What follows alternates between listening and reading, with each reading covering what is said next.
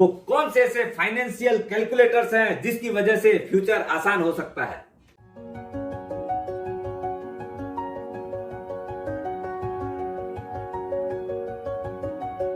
सुप्रभात दोस्तों, आप सभी का एसके हेल्थ एंड वेल्थ में स्वागत है। दोस्तों 2023 के अंदर कौन सी ऐसी चीजें कैलकुलेट करनी हो तो उसके लिए फाइनेंशियल कैलकुलेटर की जरूरत पड़ती है, अपने कैसे स्मार्टली बिहेव कर सकते हैं उसका सारा डिटेल लेते हैं। इन सब चीज के लिए अपने 5 कैलकुलेटर यूज करेंगे। पहला है लमसम इन्वेस्टमेंट, दूसरा है एसआईपी कैलकुलेटर, तीसरा है कॉस्ट इन्फ्लेशन कैलकुलेटर, चौथा है लोन रीपेमेंट कैलकुलेटर और पांचवा और लास्ट है लिविंग लाइफ कैलकुलेटर। अब आते हैं पहला जो फाइनेंशियल कैलकुलेटर है वो लमसम इन्वेस्टमेंट वाला, यानी एक बार कोई आदमी अगर इन्वेस्टमेंट करता है उसका अपने एक एग्जांपल लेते हैं। समझ लीजिए कोई आदमी 1 लाख रुपया इन्वेस्टमेंट किया एक बार और स्टॉक मार्केट के अंदर 12% का रिटर्न कोई बहुत ज्यादा नहीं है। ये जो 1 लाख रुपया का आपने इन्वेस्टमेंट किए, समझ लीजिए अगले 10 साल के लिए मैं उसका रिजल्ट बताता हूँ। कैलकुलेटर में कैलकुलेट किया है मैंने, उसके अंदर 1 लाख रुपया जो है आपका 10 साल के बाद में बनेगा लगभग 3,10,000 रुपया, यानी आपकी टोटल ग्रोथ हो रही है 2,10,000 रुपया, यानी टोटल इन्वेस्टमेंट आपका वैसे देखा जाए तो 3 गुना हुआ। अब समझ लीजिए मैं टाइम फ्रेम चेंज कर रहा हूँ, ये 10 साल की जगह उसको 20 साल कर देता हूँ, तो अपने जहाँ पर रिटर्न 2,10,000 रुपया आई थी उसकी जगह आपकी रिटर्न आ रही है 8,65,000 रुपया रिटर्न अपने को मिल रही है। 10 साल के अंदर रिटर्न आया 2,10,000 रुपया, टाइम अपने डबल किए 10 से 20 साल, लेकिन रिटर्न अपना 4 गुना बढ़ा।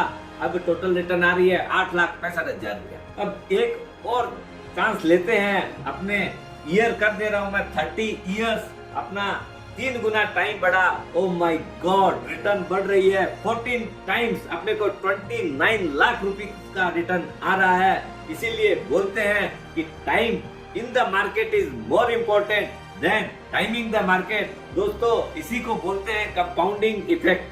दोस्तों जब भी सोचे बड़ा सोचे, लंबा सोचे, क्योंकि रातों रात कोई आदमी करोड़पति नहीं बनता है, और जो आदमी रिस्क लेके जाना चाहता है तो आर या पार होता है, और ज्यादातर वो पार ही हो जाता है, खत्म हो जाता है। लमसम जो है आपको बड़े रुपयों से और बड़ा रुपया बनता है, लेकिन जिनके पास सिर्फ छोटे रुपये हो तो उसके लिए सबसे बढ़िया चीज है एसआईपी कैलकुलेटर की बात करेंगे अब।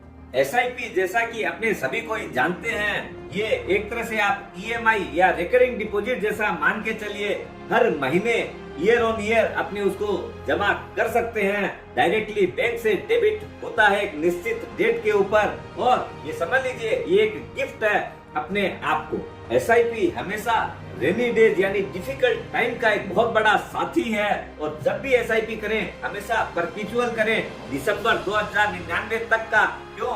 कि उसके अंदर डेट वो डाल के रखिए, आप जब चाहे तब उसको पॉज भी कर सकते हैं, जब चाहे तब उसको कैंसिल कर सकते हैं। अब अपने पहला एग्जांपल लेते हैं। समझ लीजिए आपने 5,000 रुपया महीना चालू किया, साल में दिया आपने कितना 60,000 रुपया, 10 साल का अपने रिटर्न पकड़ रहे हैं, तो 5,000 रुपया महीना यानी साल का 60,000 रुपया, 10 साल के अंदर आपने दिए 6 लाख रुपया, और 10 साल के बाद में इसकी रिटर्न बन रही है करीब 11,60,000 रुपया, यानी टोटल गेन हुआ 5,60,000 रुपया का अपने 12% के रिटर्न के हिसाब से।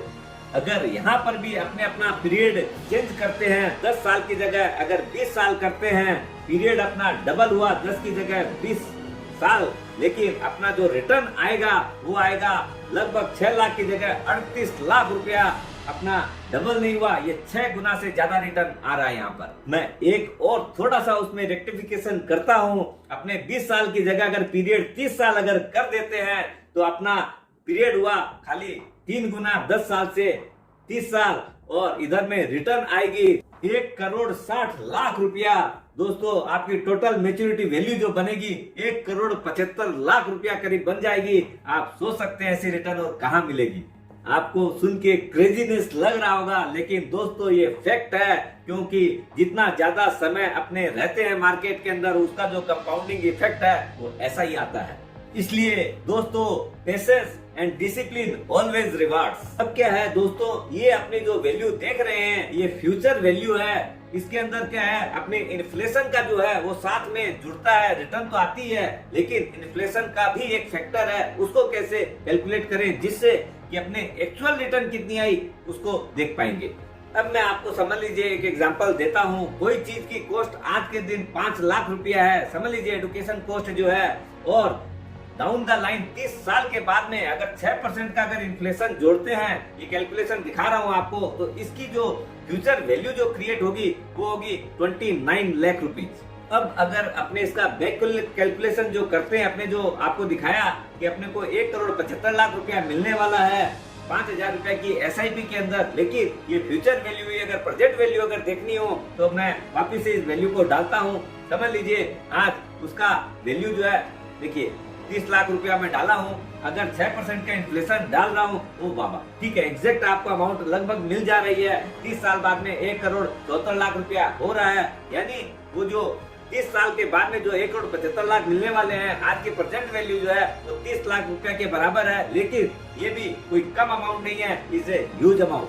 अब मैं एक छोटा सा और बदलाव इसके अंदर करता हूँ। अभी अपने 12% का रिटर्न पकड़ा है, जो कि इंडिया के लार्ज कैप जो स्टॉक्स हैं, समझ लीजिए निफ्टी 50 और नेक्स्ट 50 जो स्टॉक्स हैं, ये मिला के जो 100 स्टॉक्स है, इसमें मोटा मोटी आपका 12% का रिटर्न आराम से आता है। अगर अपने थोड़ी सी रिस्क बढ़ाते हैं, वैसे रिस्क नहीं है, 30 साल का पीरियड जो रहता है, mid cap and small cap के अंदर अगर जाते हैं, अब मैं उसकी रिटर्न जो है एनीवेयर 15 से 18% की रिटर्न आती है। मैं 15% ही पकड़ता हूँ सेफर साइड में। अब आप देखिए, आपने जो रुपया 5,000 रुपया करके डाला है और 30 साल के लिए जहाँ पर 1,75,00,000 था, अब उसकी वैल्यू हो गई है, ये देखिए 3.5 करोड़ रुपया। सिर्फ 3% के रिटर्न से इतना बड़ा गैप क्रिएट हो गया, डबल रुपया बन जाता है। लॉन्गर पीरियड के साथ में रेट ऑफ रिटर्न भी बहुत मैटर करता है। दोस्तों, आज के जो कप्स हैं तो कल के टाइगर बनते हैं। आपको एक नहीं कई एग्जांपल दे सकता हूं। जैसे समझ लीजिए इन्फोसिस 1992 में जब इसका इश्यू आया था, तब सिर्फ 90 रुपया में इन्होंने शेयर दिया था।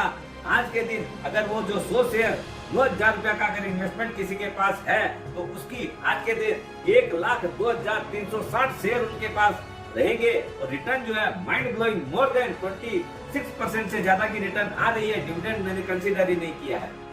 दोस्तों, आज के जमाने में लोन न ले, ये कैसे हो सकता है? जनरल जो लोन लेते हैं, अपने व्हीकल या कार लोन है, होम लोन है, एजुकेशन लोन है, ये मुख्यतः ये सब लोन चलते हैं। अब अपने ये देखते हैं कि कैसे इस लोन का जो रिपेमेंट है कितना फास्ट कर सकते हैं, किस तरीके से करते हैं, उसका एक कैलकुलेशन दिखाता हूँ। समझ लीजिए अपने 50 लाख रुपए का लोन लिए, रेट ऑफ इंटरेस्ट जो है 8% है और 25 साल के लिए ले रहे हैं, तो अब आप देखिए कैलकुलेशन, आपका EMI आ रहा है 38,591 रुपया।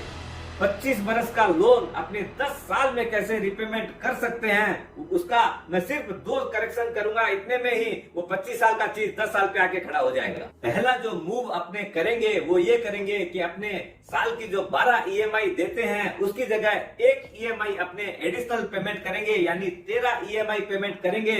तो अब देखिए क्या कैलकुलेशन रहता है अपने, ये देखिए पूरा जो है आपका टोटल जो इंटरेस्ट पेमेंट 65 लाख था, उसकी जगह सीधा घट के आके वो 50 लाख पे क्रिएट हो जा रहा है। 15 लाख रुपया आपका माइनस हो जाएगा और अपने जो टेन्योर है वो जो 25 साल थी, उसकी जगह सीधी घट के 20 साल पे आके खड़ी हो जा रही है। अपने टोटल जो पेमेंट किए वो 7,30,000 रुपया कर रहे हैं, जो EMI जो एडिशनल दे रहे हैं उसकी वजह से, और इंटरेस्ट भी अपना प्रोपोर्शनली 7,30,000 रुपया कम हो जाएगा।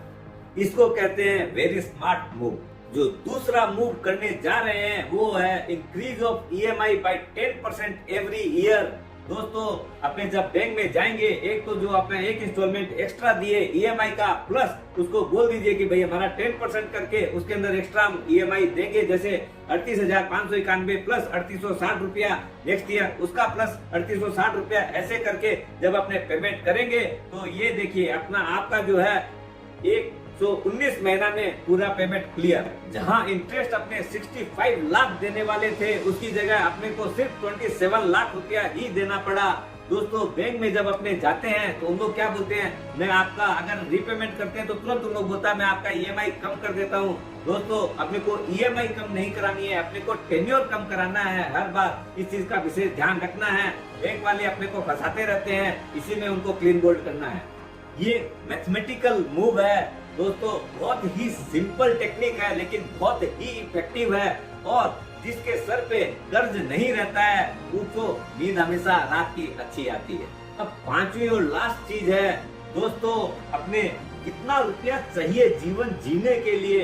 हर आदमी पैसों के पीछे भाग रहा है, ये पता नहीं है कि मुझे चाहिए कितना रुपया और कब मुझे रुकना है। नहीं तो आदमी जन्म भी ले रहा है, काम भी कर रहा है और मर भी जा रहा है और वो पैसे क्या हुआ किसी को नहीं पता। अब कहाँ जाके अपने को रुकना है जब हमको इससे आजादी मिलेगी कि हमको एक फाइनेंशियल फ्रीडम हो गई है। अब मैं जिंदगी को अपने टर्म्स के ऊपर अपने हिसाब से जी सकूंगा। लेकिन ये पॉइंट कौन सा है, जब तक अपने कैलकुलेशन नहीं करेंगे तब तक पता कैसे चलेगा। अब अपने जो रिक्वायरमेंट है उसको मैं 3 भाग में डिवाइड करूंगा। पहला है नीड बेस्ड यानी जरूरत के खर्चे, दूसरा है डिजायर मेरी ख्वाहिशों के खर्चे, तीसरा है प्लान्ड खर्चे जो कि मुझे आगे जीवन में करने हैं।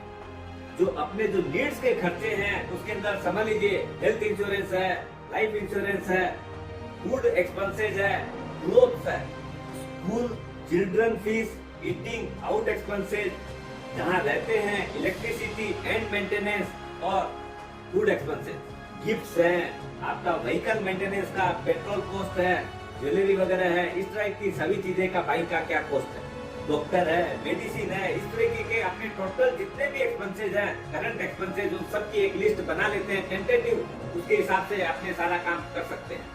दूसरा है प्लान्ड एक्सपेंसेस, जैसे समझ लीजिए अपने चिल्ड्रन की हायर एजुकेशन का जो एक्सपेंसेस है वो वाला प्लान करना है। जैसे समझ लीजिए आज के दिन अपने MBA या MBBS करने का जो भी 45 लाख 50 लाख रुपया लगता है, अपने बच्चे अगर छोटे हैं तो डाउन द लाइन 5 साल बाद में 10 साल बाद में उसकी 6-7% इन्फ्लेशन के बाद में क्या कॉस्ट बन सकती है उसका हिसाब करना। दूसरा है चिल्ड्रन मैरिज, ये भी एक बहुत बड़ा खर्चा है सोसाइटी के अंदर, उसका भी पूरा प्लानिंग करना कि आज के हिसाब से क्या कॉस्ट है और आने वाले टाइम में अपने जब बच्चे शादी के लायक होंगे तो क्या खर्चा बन सकता है। अब जहाँ तक अपने आगे फ्यूचर की जो प्लानिंग है उसके अंदर समझ लीजिए कि भाई अपना इच्छा है कि जब बच्चों की शादी वगैरह हो जाए तो अपने हर जो की है कि 2-3 महीने के अंदर एक छोटा 2-3 दिन का ट्रिप करके आए, या साल के अंदर ऐसे 2-3 हर क्वार्टर के यानी 3 ट्रिप तो ये बन गई और 10-15 दिन की एक लंबी ट्रिप कर सकें, ऐसा भी प्रोविजन बनाए।